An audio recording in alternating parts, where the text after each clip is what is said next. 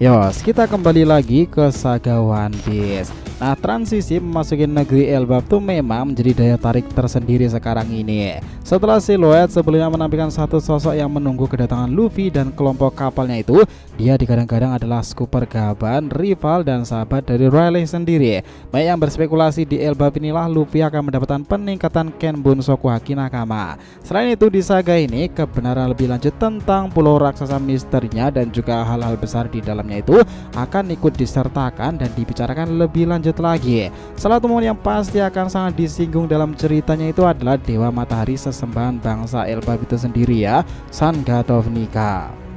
Nah, kita harusnya menunggu peran raksasa seperti Dory dan juga Brogy itu mengenalkan hal besar tersebut dan bagaimana pertemuan-pertemuan tak terduga kepada orang-orang yang dihormati di tempat legenda satu itu.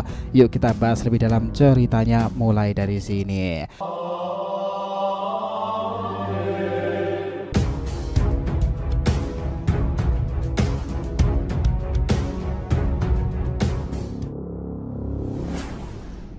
Namun sebelum pembahasan, jangan lupa untuk like video ini ya nakama. Buat kalian nih para pecinta anime shonen, channel ini akan berikan beragam pembahasan seru lainnya tuh. Jadi support terus ya agar makin berkembang dan berpetualang bersama Shonen Odyssey.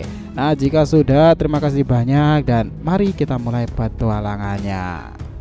Gini, prediksi kelanjutan One Piece chapter 1125 nanti memang akan seseru itu. Chapter akan memperlihatkan kelanjutan perjalanan kelompok bajak laut Thousand Sunny dan juga para bajak laut raksasa sendiri ke Pulau Egghead. Karena memang ini bisa dibilang adalah sebuah fase transisi ya nakama. Jadi memang udah itu sengaja menempatkan beberapa tokoh penting di penghujung saganya itu untuk memulai pertempuran di saga-saga awal Elbaf itu nanti. Salah satu sebagai pria misterius yang dinantikan kehadirannya tersebut. Nah, setelah Wano Kuni sendiri bisa dibilang Elbaf itu adalah arc perang besar selanjutnya dan berpotensi merembet ke segala penjuru dunia baru. Disinilah kejelasan informasi tentang pulau yang misterius ini akan dijabarkan oleh dua raksasa legendaris Dory dan juga Brogy. Hal ini lantaran berkaitan dengan Dewa Matahari Nika. Nah, kita ingat betul ya nakama, pada saat Art Egghead kemarin itu saja Gorosei itu bertempur menghadapi Nika loh. Dan di sana Dory Brogy aja sadar ternyata wujud sebenarnya Luffy itu adalah sang Dewa Matahari itu. Di Egghead sendiri pertanyaan-pertanyaan itu belumlah terjawab sama sekali. Nah, kami rasa nih bahwa di alur Elbaf inilah Luffy sendiri itu akan menyadari bahwa buah iblisnya itu memang tergolong spesial, itu bukanlah paramecia seperti yang dia sadari dari awal, tetapi itu adalah mode mythical Zoan. Karena itulah nakama di Elbaf harusnya Dory dan Brogy itu berpeluang menjelaskannya lebih lanjut lagi ya kepada Luffy tentang jiwa yang ada pada buah iblis Luffy sendiri itu adalah Sun God of Nika, Dewa Matahari sesembahan bangsa raksasa Elbaf. Kekuatannya sangatlah melegenda dengan imajinasi tanpa batas pula. Nah, semua rekannya harusnya pada kaget mendengarkan itu semuanya ya, bahwa buah iblis Luffy itu terkait dengan bangsa Elbaf itu sendiri. Yang menarik, jika informasi ini sudah dijelaskan, maka sangat masuk akal dong ya, bahwa Luffy sendiri akan sadar kemampuan buah iblisnya itu masih bisa ditingkatkan lagi. Apalagi setelah dia itu bertempur menghadapi Gorosei dan paham betul ya seperti apa kekuatan mereka itu. Imajinasi Luffy dengan mode Nika itu harus ditingkatkan lebih lanjut lagi. Nah, selain itu kalau ngebahas Nika itu harusnya mereka itu akan menyinggung tentang pesan yang disampaikan Dr. Vegapunk kemarin itu tentang sebuah kerajaan kuno sendiri dan juga sosok dari Joy Boy. Ini emang serasa nyambung dengan Dewa Matahari Nika kan? Karena dalam kisah tersebut dahulu pun daftar dewa-dewa juga telah dibicarakan oleh beberapa kisah sendiri kan, sejarah Nika, peradaban kuno dan kerajaan-kerajaan besar lainnya. Nika sendiri memiliki keterkaitan dengan semua hal itu tadi. Nah, kalian sendiri ingat nggak pada saat di Pulau Langit sana ada informasi yang menjelaskan 4 dewa yang telah diungkapkan dalam sejarahnya pula kan? Dewa Matahari, Dewa Hujan, Dewa Hutan dan juga Dewa Bumi. Dari keempat dewa ini sudah dipastikan bahwa Dewa Matahari adalah Sun God of Nika. Nah, masalahnya adalah hingga kini itu Nika lah yang baru disinggung, ketika dewa lainnya itu belum dimunculkan sama sekali secara lebih spesifik lagi ya.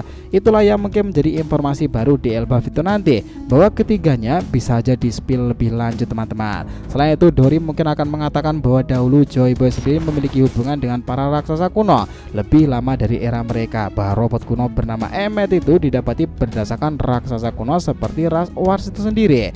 Mungkin aja ya, karena ras Owars harusnya terhubung ke kepada negeri Elbaf. Dori dan Brogy harusnya akan menjelaskan masalah-masalah itu lebih awal sebelum memasuki babak pertarungan di Elbaf itu nanti. Mereka akan menjelaskan silsilah Elbaf lebih lanjut dan juga informasi tentang pohon besar itu sendiri. Seperti yang kita tahu ya, bahwa pohon besar yang ada di Elbaf itu sendiri memang harusnya sudah ada sejak ribuan tahun lamanya. Pohon itu bernama pohon Adam dan itu sepertinya bersumber kepada referensi dari Yggdrasil, pohon kehidupan, dan di dalamnya menopang alam-alam semesta lain seperti silsilah suku Nordik Asgardian sendiri. Nah, banyak yang berspekulasi tentang itu semuanya nih. Seperti para raksasa itu percaya siapapun yang menebang pohon besar itu, ancaman akan segera datang dan menimpa pulau legenda Elbaf itu sendiri kan. Kalau dari spekulasi memang selain Yggdrasil ya, memang pohon Adam banyak dikait-kaitkan tuh. Bahkan jika itu Adam, akan ada percakapan lanjutan lagi. Franky akan mengatakan kapal Raja Bajak Laut Goldie Roger dengan Oro Jackson itu terbuat dari kayu Adam, sementara Thousand Sunny sendiri juga ia buat menggunakan kayu dari pohon Adam pula. Semuanya akan terkejut mengetahui kebenaran itu untuk para raksasa sendiri ya, dan dari sanalah penjelasan itu akan bisa lebih panjang lagi nakama.